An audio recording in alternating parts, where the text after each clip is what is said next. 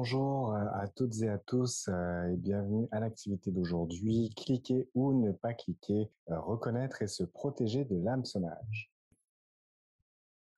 Alors au cours de cet atelier, on va tenter de répondre aux questions suivantes. Donc qu'est-ce que l'hameçonnage?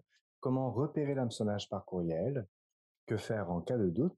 Et enfin, que faire si vous êtes victime d'une fraude en ligne? Alors, je précise tout de suite, dans cet atelier, nous aborderons plusieurs formes d'hameçonnage, mais surtout l'hameçonnage par courriel ou par message texte. Alors déjà, on va répondre à la première question en définissant en quoi consiste l'hameçonnage.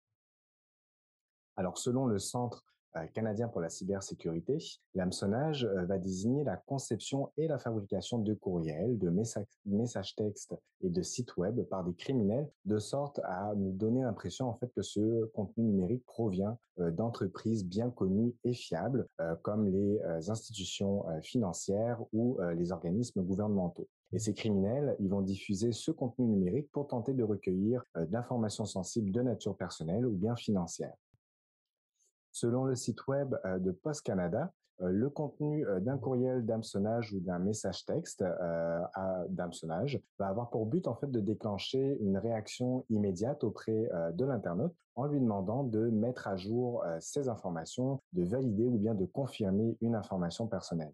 Et il arrive souvent que le message ou le site web contiennent des logos d'apparence officielle ou d'autres renseignements d'identification du gouvernement, d'institutions financières ou bien de services de paiement en ligne. Alors les tentatives d'hameçonnage vont créer souvent, comme on l'a dit, un sentiment d'urgence en leurrant les internautes par la perspective soit d'une récompense possible ou bien en les menaçant d'une perte financière ou bien d'une réprimande sévère. Et en réalité, il va s'agir d'une tentative malveillante de recueillir de l'information personnelle dans le but de commettre une fraude. Alors les personnes qui se servent de l'hameçonnage pour commettre des fraudes vont le faire pour atteindre l'un des objectifs suivants ou peut-être même des fois tous les objectifs à la fois. Donc ça va être la fraude par carte de paiement, le vol d'identité et bien sûr la falsification de documents. Alors ici, on a un court extrait d'un reportage de Radio-Canada sur justement la fraude organisée au Québec. Donc je vais vous la diffuser maintenant, ça dure pas très très longtemps. Ça fait combien d'argent par mois environ? Oui, 100 000. Tu peux faire 100 000 par mois comme tu peux faire 20 000 pièces par mois. 50 000 dollars. Ça dépend de ton intensité. Des fraudeurs tentent tous les jours des pièges à des milliers de Canadiens devant leur ordinateur portable dans le confort de leur foyer. Qu'est-ce que tu cherches avec ça ici? Des informations de personnes à travers le Canada, comme des informations de carte de crédit. Depuis le début de la pandémie, des milliers de personnes ont été victimes de fraude de la prestation canadienne d'urgence. J'allais dans mon profil et j'ai vu que toutes mes infos bancaires avaient été changées. Le Québec est devenu une plaque tournante de la fraude par carte bancaire, de la F ou de la frappe, comme on la surnomme dans le milieu. Chaque année, le phénomène prend de l'ampleur. Entre 2018 et 2019, le Centre antifraude du Canada a noté une augmentation de 84 des signalements de fraude financière. Si je me fie aux statistiques, c'est sûrement payant parce que ça dépasse les 600 millions en 2018. Mais là, on s'entend que tout ça est 100% illégal. Oui. Donc vous avez vu, c'est quand même un gros business. Et souvent, les fraudeurs vont utiliser différents moyens justement pour pouvoir entrer en contact avec leur cible. Et les tentatives de hameçonnage peuvent se faire du coup par téléphone, par message texte ou par courriel, ou bien par l'entremise d'un site web malveillant. Et aujourd'hui, on va parler de la fraude en ligne par courriel parce que ce type de fraude utilise souvent la même approche et cette dernière a pour but de manipuler les émotions de l'internaute pour l'amener à réagir de façon impulsive et va inviter en fait cette personne à transmettre des informations personnelles par l'entremise d'un message ou d'un formulaire présent sur un site web contrefait. Alors, selon le Centre antifraude du Canada, voici les fraudes les plus populaires en 2020, selon le groupe d'âge. Alors, chez les 10 ans, 29 ans, ça va être les fraudes marchandises. Donc, la personne va avoir une publicité pour des espadrilles, sur Facebook à un coût réduit. Elle se rend sur le site web, les achète pour finalement ne jamais recevoir son achat. Ensuite, on va avoir les offres d'emploi, la fraude à l'offre d'emploi. Donc là, la personne, elle voit une offre d'emploi sur Internet, va y postuler. Les employeurs l'engagent sans la rencontrer. lui demande d'acheter du matériel de formation pour finalement ne jamais recevoir le matériel ni de nouvelles de ses employeurs. Et enfin, l'hameçonnage. Donc, c'est ce ce dont on va parler aujourd'hui. Donc, un fraudeur se fait passer, par exemple, pour Hydro-Québec et vous envoie un texto en vous pressant de payer une facture oubliée. Ensuite, on va avoir dans la tranche d'âge des 30-59 ans les fraudes d'offres de services. Donc là, la personne va recevoir un courriel de la compagnie de réparation, par exemple d'ordinateur. Cette personne envoie son ordinateur à la compagnie, mais ne revoit plus jamais son ordinateur. On va avoir la fraude à l'amour, donc la romance en ligne. Vous allez rencontrer l'amour de votre vie sur Internet et très tôt dans la relation, cette personne va vous demander de lui envoyer de l'argent. Ensuite, on va avoir l'extorsion, donc un fraudeur qui se fait passer pour l'Agence du revenu du Canada, par exemple, et vous menace de pertes financières si vous ne remboursez pas un montant à temps. Et enfin, chez les 60 ans et plus, ça va être très similaire à la tranche d'âge précédemment vue, mais à cela va s'ajouter l'enquête bancaire. Donc en fait, c'est un fraudeur qui vous appelle sur votre ligne résidentielle et se fait passer pour votre banque. Donc, on va pouvoir recueillir différentes informations sur et faire un portrait de consommation un petit peu dans une certaine mesure.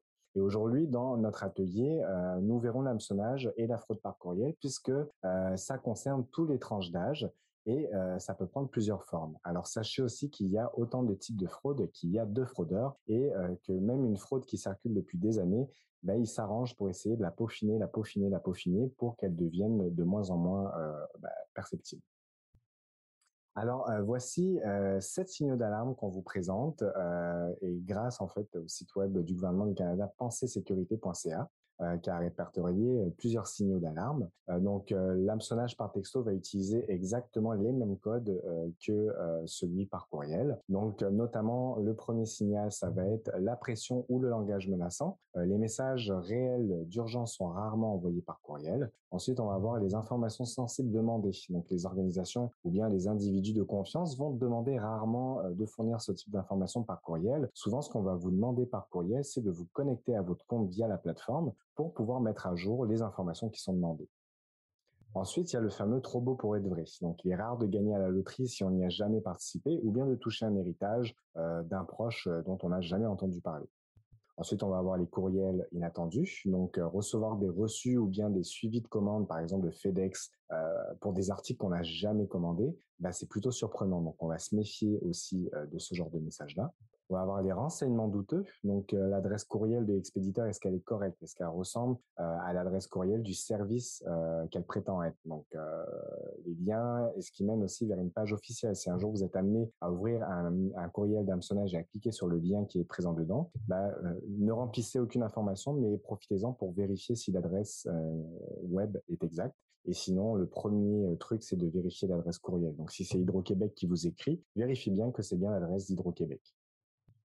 Ensuite, est-ce que le courriel ou le message contient des pièces jointes suspectes? Donc, il faut rester méfiant. Il est important à ce moment-là de rester méfiant, surtout si les noms et les types de fichiers qui accompagnent un courriel sont inhabituels. Et enfin, la grammaire ou la syntaxe douteuse. Donc, les criminels ne vont pas prendre le temps, ou pas toujours en tout cas, de revoir leur français avant d'envoyer un message d'hameçonnage. De plus, toute institution crédible n'aura probablement aucune faille au niveau de la syntaxe ou de la grammaire. Donc, un dernier point à garder en tête. Comment maintenant qu'on a vu tout ça, comment est-ce qu'on fait pour repérer l'hameçonnage par courriel? Alors ici, on va regarder ensemble plusieurs exemples qui vont nous permettre d'observer différents signaux d'alerte pouvant être contenus dans des messages d'hameçonnage. Alors ici, en premier exemple, on a un message avertissant d'une urgence ou d'un problème. Alors ici, l'objet du courriel indique clairement que le compte de l'internaute a été suspendu et le message indique que les informations de paiement doivent être mises à jour en cliquant sur le bouton rouge « Mettre le compte à jour ». Donc, on peut repérer déjà plusieurs signaux d'alerte. En premier lieu, il s'agit en fait d'un courriel inattendu déjà, qui exerce une certaine pression sur la personne qui le reçoit et va créer un sentiment d'anxiété et d'urgence. Et cette sensation, elle va se retranscrire d'ores et déjà dans le titre qui annonce une nouvelle négative et qui contient en plus plusieurs points d'exclamation. Donc ça, c'est déjà une faute de syntaxe. Ensuite, on va avoir des informations sensibles qui ne sont habituellement pas demandées par courriel. Et bien ici, elles sont requises. Donc, comme je l'ai dit en introduction, normalement, quand pour faute de paiement, on ne va pas vous demander, vous envoyer un mail avec un bouton sur lequel cliquer pour mettre à jour vos informations bancaires. On va juste vous demander de vous connecter depuis la plateforme, donc par exemple Netflix, et de mettre à jour vos informations bancaires depuis votre compte Netflix, pas depuis un courriel. Et enfin, le texte va contenir différentes fautes d'orthographe et de grammaire, donc ou de syntaxe. Donc déjà pour le titre avec plusieurs points d'exclamation, mais aussi dans la formulation mettre le compte à jour, on voit qu'il n'y a pas d'accent sur le petit R. C'est peut-être ridicule comme faute, mais une grosse compagnie comme Netflix ou Hydro-Québec saurait éviter ce genre de faute de grammaire. On va regarder un second exemple un petit peu plus complet. Donc là, on va observer en fait le processus au complet d'hameçonnage en partant du message qu'on reçoit à la page de saisie d'informations bancaires sur un site web malveillant. Alors, dans l'image 1, le message qui s'affiche à l'écran semble être envoyé par Netflix. Donc, pour celles et ceux qui ne savent pas, Netflix, c'est une plateforme de diffusion de films et d'émissions pour lesquelles les usagers, les usagères vont payer un abonnement mensuel. Alors, ce message, il informe que le compte a été suspendu pour manque de paiement et le message demande à l'utilisateur de communiquer des informations personnelles afin d'effectuer le paiement de sa facture en cliquant sur le bouton rouge « Réessayer le paiement ». Lorsque la personne va cliquer sur le bouton rouge « Mettre à jour les informations de paiement », l'internaute va être dirigé sur un site web qui s'apparente en nombre de points à celui de Netflix. Donc, même couleur rouge, même couleur noire, même type d'écriture, le petit logo Facebook, etc. Donc, je vais me connecter et ensuite, la personne va se connecter. On va lui demander, une fois qu'elle est connectée, on va lui demander de mettre ses informations à jour. Donc là, on voit que c'est le nom, prénom, la rue, le code postal, etc., etc., le numéro de téléphone. Et ensuite, il va falloir cliquer sur continuer pour aller plus loin. Mais si on prend le temps de s'arrêter quelques secondes et de regarder un petit peu plus près l'adresse qui est indiquée dans la barre d'adresse juste ici, on constate en fait que c'est pas celle de la plateforme Netflix. Il s'agit en fait d'un site web contrefait qui s'intitule ca-consulter.com. Et là, on part du principe que la personne n'a pas vu ça, donc elle rentre ses informations, elle clique sur continuer. Et dans les étapes suivantes, la personne, on va l'inviter à définir un mode de paiement. Donc, est-ce qu'elle veut payer par PayPal ou avec une carte de crédit, puis à saisir ses informations bancaires. Donc, numéro de carte, etc., etc. Et une fois que ces informations sont transmises par la personne, sont rentrées dans le formulaire par la personne, elle va cliquer sur le bouton rouge confirmer et elles vont être transmises à soi-disant Netflix. Et en l'occurrence, là, ça va être transmis au fraudeur. Et une fois que la personne a finalisé ses démarches, elle va être redirigée sur le site web officiel de Netflix. Donc là, on voit bien que c'est netflix.com. Et puis la personne, elle pense du coup qu'elle a vraiment effectué ses démarches sur la plateforme officielle. Alors que non. Et cet exemple illustre vraiment l'importance de prêter attention à l'adresse d'un site web à chaque fois qu'on circule sur Internet ou en tout cas dès qu'on va faire des transactions ou des actions importantes. Donc, regardez nos dossiers gouvernementaux, l'assurance maladie, toutes les transactions bancaires, etc., etc. Alors ici, on a un autre exemple pour encore une fois illustrer l'importance de prêter attention à l'adresse d'un site web. Donc là, on voit apparaître à l'écran une page qui semble vraiment appartenir au site web du gouvernement canadien. Donc on va y voir le logo avec la police, les couleurs, etc. Puis ça correspond vraiment rapidement comme ça à l'habillage en fait du site web officiel du gouvernement du Canada. Pourtant, lorsqu'on prête attention à l'URL, donc à l'adresse du site web, on s'aperçoit qu'il s'agit en fait d'un site web non sécurisé intitulé marocgros.com. Donc aucun rapport avec le gouvernement canadien. Sinon, ça aurait été canada.gouv.ca ou quelque chose comme ça, ou gouv.ca. Et le symbole du point d'exclamation qui est entouré d'un cercle va indiquer ici que la connexion au site web n'est pas privée. Et en temps normal, un site web gouvernemental officiel, vous allez toujours voir sécurisé apparaître avec un petit cadenas fermé pour dire que votre communication avec la plateforme est sécurisée. Donc, personne ne pourra avoir accès aux informations qui sont échangées entre vous et la plateforme. Alors que là, on voit que ce n'est pas sécurisé, donc une tierce personne, un fraudeur par exemple, pourrait voir ou modifier les informations qui seront envoyées ou reçues via ce site web. Après, je rajoute je reviens en arrière, je rajoute une petite précision quand même. Un site web non sécurisé ne veut pas dire un site web contrefait, et un site web sécurisé ne veut pas dire nécessairement que il n'appartient pas à une fraude. C'est juste que c'est un des éléments parmi d'autres qu'on va prêter attention. C'est comme quand on a une maladie, avant de faire un diagnostic, on va pas se focaliser sur un symptôme qu'on a, par exemple mal à la tête. On va focuser sur un ensemble de symptômes pour déterminer vraiment, diagnostiquer c'est quoi la maladie. Donc là, pour la fraude, c'est un peu pareil. Il faut pas prendre chaque signal qu'on donne indépendamment et le traiter seul. C'est vraiment une accumulation de plusieurs signes qui font que on se dit effectivement, c'est potentiellement une fraude. Alors, on va se baser un peu sur les informations dont on vient de discuter pour répondre à la question suivante en fonction du message qu'on voit apparaître à l'écran. Donc, c'est quoi les signaux d'alarme qu'on peut repérer dans ce message d'hameçonnage? Donc là, on voit qu'on a un numéro de téléphone complet avec un message texte de Netflix qui nous dit « Votre paiement mensuel n'a pas abouti, veuillez suivre le lien ci-dessous pour mettre à jour vos informations de facturation ».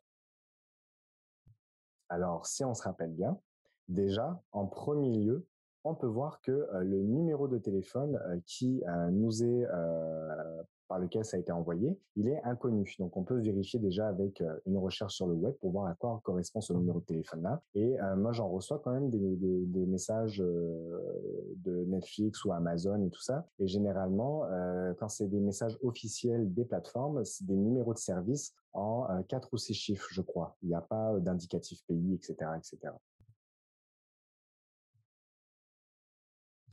Ensuite, le message d'alerte va demander des renseignements personnels. Donc, comme on l'a dit précédemment, on va pas vous demander de cliquer depuis un message sur un lien pour remplacer vos informations bancaires. On va vous demander de vous connecter directement sur votre compte et de vous-même faire les modifications dans la section qui est consacrée aux informations bancaires. Et en dernier point, on peut voir que l'adresse web, donc l'URL, ce n'est pas celle de Netflix, c'est supnetflix.info/net. Et si ça aurait été Netflix, ça aurait été juste tout simplement netflix.com ou .ca. Alors, il existe un autre type de fraude par courriel et celui-ci va être quand même plus difficile à cerner. Donc, en temps normal, il fonctionne comme suit. Vous allez recevoir le courriel de quelqu'un, soit qui est d'inconnu ou alors pire, d'un de vos amis ou d'un de vos proches en apparence. Et vu que le message vous est adressé, vous le lisez. Alors, je vais vous le lire à voix haute. Donc, je te remercie pour ta réponse rapide et merci d'être à mon écoute. C'est à la fois difficile et gênant de te parler, mais toutefois, je souhaite t'en parler car je suis dans la panade et je n'ai vraiment pas d'autre solution. Je vis des événements qui me chamboulent et bousculent ma vie tout entière. Les médecins m'ont récemment diagnostiqué une tumeur au larynx et je n'avais pas encore eu le courage d'informer qui que ce soit. Je ne voulais pas inquiéter personne pour un diagnostic qui n'était pas encore certain. Malheureusement, le son qui se forme au niveau de mon larynx n'est pas toujours transformé en langage assimilable et il m'arrive parfois d'être incompréhensible en parlant, ce qui confirme le diagnostic. C'est difficile d'expliquer ce que je vis. Je suis désespéré face aux épreuves que je traverse et je suis actuellement à l'hôpital d'où je dois suivre une chimiothérapie pour minimiser l'évolution de ma tumeur avant l'intervention chirurgicale prévue dans quelques jours. Bref, je te tiendrai informé des résultats dès que possible. Je souhaite de tout cœur que tu gardes cette information, cette nouvelle pour toi. C'est vraiment important pour moi. J'ai besoin que tu me rendes un tout petit service, s'il te plaît. Alors, vous aurez remarqué que ce genre de fraude est quand même beaucoup plus sophistiqué. Déjà, l'adresse courriel, on l'a camouflée ici, mais elle semble souvent normale. On voit qu'elle finit par @gmail.com et des fois même qu'elle peut être connue de votre système de messagerie. Et les fautes de français sont quand même plus difficiles à repérer. Alors, il faut quand même se rappeler qu'il contient aussi plusieurs signaux d'alerte, ce message. Donc déjà, vous ne connaissez pas la personne, ou si vous la connaissez, ce ne serait pas son genre de vous écrire ainsi. Donc ensuite, elle cherche à éveiller un sentiment d'urgence ou d'anxiété de votre part. Donc en appuyant sur le fait qu'elle est vraiment dans la panade, qu'elle n'a pas d'autre solution, puis qu'elle vit des événements qui chamboulent et bousculent sa vie tout entière. Puis, elle vous demande un service et si vous continuez la conversation, ça se peut très probablement qu'elle vous demandera de l'information sensible. Et enfin, bien sûr, elle vous conseille de garder la nouvelle pour vous afin de vous isoler des autres pour ne pas que quelqu'un puisse vous alerter de la fraude qui est en train de se jouer. Et dans un cas semblable, il est important de ne jamais paniquer, de consulter son entourage, de ne pas s'isoler et de faire des captures d'écran.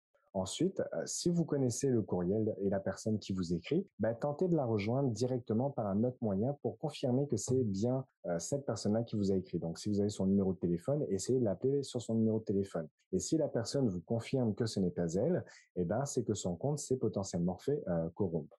Et si vous ne connaissez pas le courriel, vous pouvez toujours bloquer la personne. Vous pouvez aussi signaler le courriel comme du hameçonnage afin qu'elle ne puisse plus vous réécrire et aussi pour avertir la plateforme.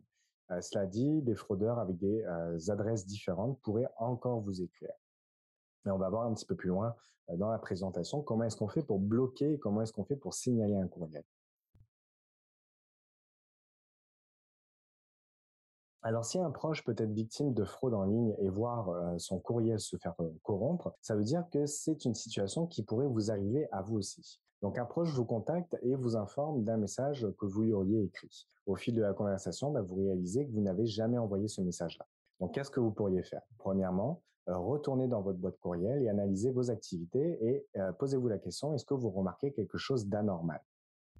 En deuxième lieu, changez votre mot de passe afin que le fraudeur n'ait plus accès à votre compte et choisissez un mot de passe différent et plus complexe que celui que vous aviez avant. Et un autre truc qu'on peut vous conseiller aussi, c'est de ne pas utiliser le même mot de passe pour toutes les plateformes. C'est facile à dire, hein, souvent beaucoup de personnes, la plupart des gens en fait le font, mais il est vraiment fortement recommandé d'utiliser un mot de passe par plateforme et s'il faut, conservez-le dans un carnet sécurisé que vous seul avez accès. Sauf bien sûr si vous avez des informations sensibles parce que vous avez un métier à risque, etc. Là, vous avez d'autres moyens de vous protéger, mais ça, on le verra plus dans une activité comme trucs et astuces sur la sécurité en ligne. Et finalement, appelez ou écrivez à vos contacts via un autre moyen que le courriel pour les informer de la corruption de votre compte. Donc, vous pouvez leur mentionner de ne pas répondre ou bien de ne pas ouvrir les pièces jointes qui sont liées à vos messages jusqu'à nouvel ordre. Et enfin, il va falloir signaler la fraude sur le Centre antifraude du Canada. Et bien sûr, on va vous montrer à la fin de l'activité comment est-ce qu'on fait pour signaler une fraude sur le site web du Canada, du Centre antifraude du Canada. Alors, qu'est-ce que je peux faire? Qu'est-ce que vous pouvez faire en cas de doute? Donc, si vous recevez un courriel et doutez de son authenticité, voici les différentes démarches que vous pouvez suivre. Donc, tout d'abord, vérifiez la source à l'aide d'un moteur de recherche. Donc, vous pouvez faire une recherche en utilisant avec la formule tout simplement nom du site web ou le numéro de téléphone ou bien l'adresse courriel qui a été utilisée, donc celui du suspect, plus le mot fraude. Et vous pouvez également utiliser le mot arnaque ou hameçonnage à la place du mot fraude. C'est des termes qui sont quand même pas mal interchangeables. Si vous ne trouvez pas assez d'informations en faisant une recherche sur Internet, vous pouvez vous rendre sur le site web du Centre antifraude du Canada. Les informations vont y être mises à jour quotidiennement et vous pouvez bien sûr y effectuer des recherches, signaler une fraude ou trouver des conseils pour mieux vous protéger. Alors sur ce site web, il y a différentes façons de trouver des renseignements. Donc vous pouvez chercher les fraudes par index A à Z, les fraudes par moyen utilisé, les fraudes touchant les entreprises ou bien les fraudes touchant les particuliers. Et pour nommer juste quelques exemples, les fraudes les plus connues sont celles à l'Agence du revenu du Canada, les besoins urgents d'argent et les fraudes qui sont reliées à la COVID-19. Alors, vous pouvez également contacter l'interlocuteur, comme on l'a dit précédemment, que ce soit une institution financière ou une de vos proches, par un moyen de communication différent du courriel. Vous pouvez aussi envoyer un SMS ou appeler directement pour vérifier si le courriel est légitime ou pas. Et lorsqu'il s'agit de criminels, ces personnes vont préférer ne pas répondre afin de ne pas être identifiées. Donc souvent, l'absence de réponse vous donne quand même un indice de plus qu'il peut s'agir d'une fraude. Alors, il existe aussi des options présentes dans toutes les messageries électroniques, que ce soit Outlook, Vidéotron, Bell, Gmail, pour vous aider à gérer des courriels qui sont suspects. Donc, elles vont utiliser toutes les mêmes symboles et les mêmes icônes. Et là, l'exemple qu'on a utilisé, ça va être Gmail parce que c'est pas mal celle qui est le plus connue, le plus utilisée. Mais c'est pas pour faire une préférence de service en particulier. Alors, vous pourrez dans Gmail ou une autre plateforme cliquer soit sur l'icône de la poubelle pour envoyer le courriel directement dans votre poubelle, soit cliquer sur l'icône qui ressemble à un panneau de signalisation avec un point d'exclamation pour signaler que le courriel est en fait un pourriel, donc communément appelé un spam. Et un pourriel, c'est quoi? Ça va être un courrier électronique indésirable qui va être envoyé massivement à des milliers, des milliers d'internautes. Autre action que vous pouvez faire, ça va être de cliquer sur les trois petits points à l'extrême droite du courriel en question. Donc, ce petit bouton trois petits points va vous donner accès à un sous-menu. Et dans ce sous-menu, vous trouverez les options, différentes options comme celle d'envoyer le message à la poubelle ou de le signaler comme pourriel. Et vous pourrez aussi également bloquer l'adresse courriel de l'expéditeur ou tout simplement le signaler à Gmail comme étant de l'hameçonnage. Alors maintenant, que faire si vous êtes victime d'une fraude en ligne? Alors, lors de la dénonciation d'une tentative de fraude, certains documents et renseignements vont être requis et en fonction de la situation, ils peuvent varier, mais dans l'ensemble, ça peut ressembler un peu à la liste qu'on va vous donner. Donc, ça peut être le pseudonyme ou l'adresse courriel de la personne suspecte, le forum de discussion, le réseau de clavardage ou le réseau social qui a été utilisé pour commettre la fraude, enfin non, pour accéder à la fraude en fait, excusez-moi. Ensuite, l'adresse du blog ou du site web malveillant, une copie de la discussion ou du courriel, la photo, la vidéo ou bien le texte qui a été distribué, et bien sûr tout autre renseignement qui serait pertinent à l'ouverture de votre dossier. Alors, selon le Centre antifraude du Canada, moins de 5% des cas de fraude sont signalés aux autorités. Et en 2019, plus de 47 000 cas de fraude ont été signalés. Alors ici, s'il s'agit de moins de 5% des fraudes, ça veut dire qu'environ 1 million de tentatives de fraude circulaient en 2019. Et selon le Centre antifraude du Canada, pour signaler une fraude, vous devriez tout d'abord déjà contacter en fait la police locale pour faire ouvrir un dossier et vous devriez prendre en note le numéro de dossier qui vous sera transmis à ce moment-là.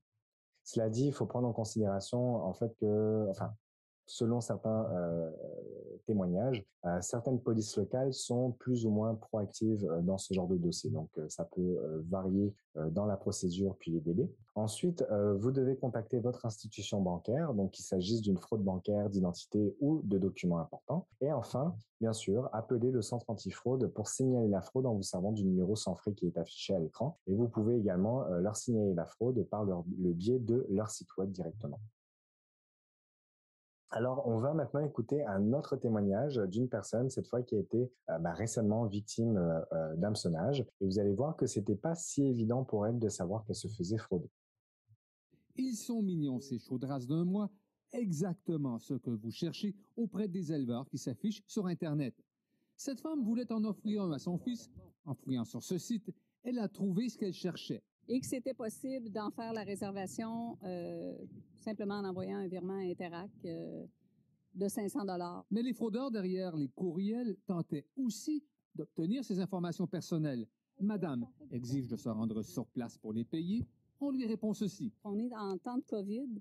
On est obligé d'enregistrer les gens qui viennent. On n'a pas le droit d'avoir plus que 2 personnes à la fois.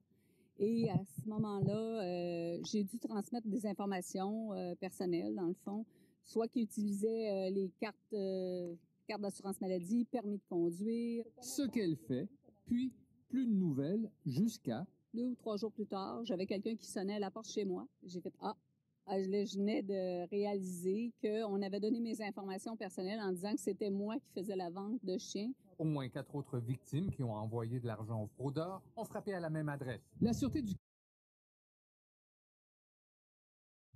Alors, en fonction de l'exemple de la situation qu'on vient de voir, quels signaux d'alarme on aurait pu observer si on avait été à la place de la victime de cette tentative d'hameçonnage? Il y en a déjà 2. C'est la demande d'informations personnelles et la demande de versement d'une somme d'argent.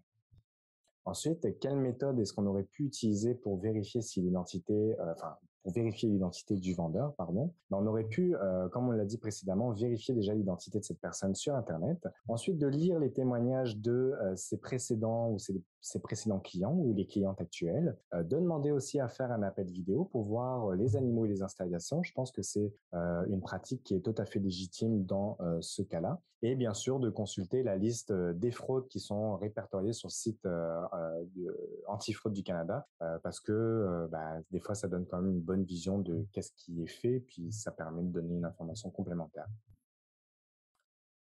Alors, en rappel, pour finaliser un peu cette activité sur la sécurité en ligne, il faut toujours se rappeler qu'on doit se méfier des demandes urgentes ou inattendues. Ensuite, toujours lire attentivement tous les détails d'un message qui nous a envoyé.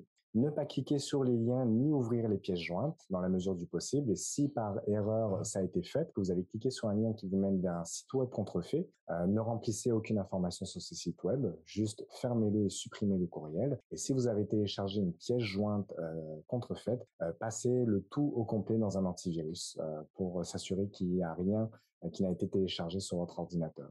Et ensuite, bien sûr, authentifier l'interlocuteur ou l'interlocutrice en la joignant directement ou en faisant des recherches en ligne.